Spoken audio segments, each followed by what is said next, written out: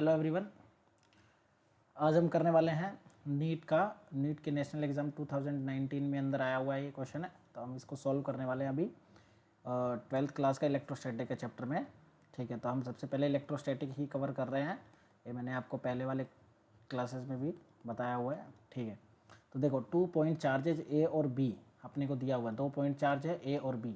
Okay, तो अपने को क्या करना है, देखो 2 पॉइंट चार्ज ले लिया, मान लो एक ये है एक ये है, एक ए है और एक बी है। Having charges plus Q and minus Q, और चार्ज क्या है इनके ऊपर, एक पे प्लस क्यू चार्ज है और एक पे माइनस क्यू चार्ज है। तो मान लो ए पे प्लस क्यू चार्ज है और बी पे माइनस क्यू चार्ज है, रिस्पेक्टिवली बोल रखा है, मतलब लगातार जैसे जैसे ऑर्डर। रिस्पेक्टिवली का क्या मतलब होता है बेटा, जो ऑर्डर दिया हुआ है वही फॉलो करना है। ऐसा नहीं है अपनी मर्जी से ए को माइनस क्यू बना दिया और बी को प्लस क्यू बना दिया। Are placed at a certain distance apart and force acting between them a, मतलब वो कुछ सर्टेन डिस्टेंस पर रखे हुए हैं। अब डिस्टेंस इसमें कुछ दी नहीं होता, अपन आर मान लो जनरली, और बोल रहे हैं कि इनके बीच में जो फोर्स लग रहा है वो एफ लग रहा है। ठीक है बेटा, तो हम मान रहे हैं कि अब देखो ये एफ लग रहा है। तो जब भी आपको ऐसा क्वेश्चन दिया हो ना, दो स्टेटमेंट के अंदर, देखो आगे वाली स्टेटमेंट में 25% चार्ज रिमूव कर दिया, तो उसमें पहली स्टेटमेंट से एक इक्वेशन बनेगा और फिर उस इक्वेशन का यूज़ सेकंड वाले में होगा। चलो तो देखते हैं अपन।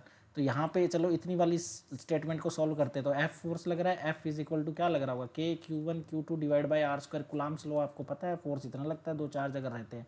तो यहाँ पे देखो एफ इज इक्वल टू के लग जाएगा, एक पे प्लस क्यू एक पे माइनस क्यू है, लेकिन हमें मैग्नीट्यूड लिखना है और बीच की डिस्टेंस आर स्क्वायर है। तो एक्चुअल में ये फोर्स जो लगेगा वो लगेगा के q square divide by r square. ये हमारी इक्वेशन नंबर 1 हो गई। अब उसके बाद क्या बोल रहा है कि if 25% of charge of A is transfer to B. अब ये बोल रहा है कि ए से 25% चार्ज निकाल लिया। ए से अगर 25% चार्ज निकाल लिया तो बेटा 25% कितना होता है, 25% होता है 1/4 ऑफ चार्ज। हाँ यार 25% देखो 25/100 तो कितना हो गया 1/4 चार्ज, मतलब Q/4 ऑफ चार्ज इसमें से माइनस कर दिया। 25% इसमें से माइनस किया ए से, और किसको दे दिया, प्लस कर दिया 25% बी में। तो नया चार्ज कितना हो गया, ध्यान दो। तो जो प्लस क्यू वाला चार्ज था, देखो इस पर कितना बन गया, इस पर प्लस क्यू चार्ज था ए पे, इससे 25% रिमूव किया मतलब Q/4 चार्ज है वो माइनस कर दिया। क्यू में से Q/4 गया और ये आर डिस्टेंस पे रखा था, और यहाँ पे कितना हो गया, माइनस का क्यू ऑलरेडी रखा हुआ था। ठीक है, और इसको जाके कितना दे दिया, प्लस Q/4 चार्ज दे दिया, क्योंकि 25% इसको दिया है ना, तो 25% मतलब 1/4 ऑफ चार्ज, तो Q/4 ऑफ चार्ज इसको दे दिया। तो नया चार्ज कितना आएगा, ध्यान दो, इस पे आ गया 3Q/4, वो भी कौन सा, प्लस का, और इस पे कितना आएगा देखो -4Q, इस पे आ जाएगा माइनस का 3Q/4। ओके, ये बी वाला चार्ज हो गया और ये ए वाला चार्ज हो, एलसीएम लेना आपको आता है।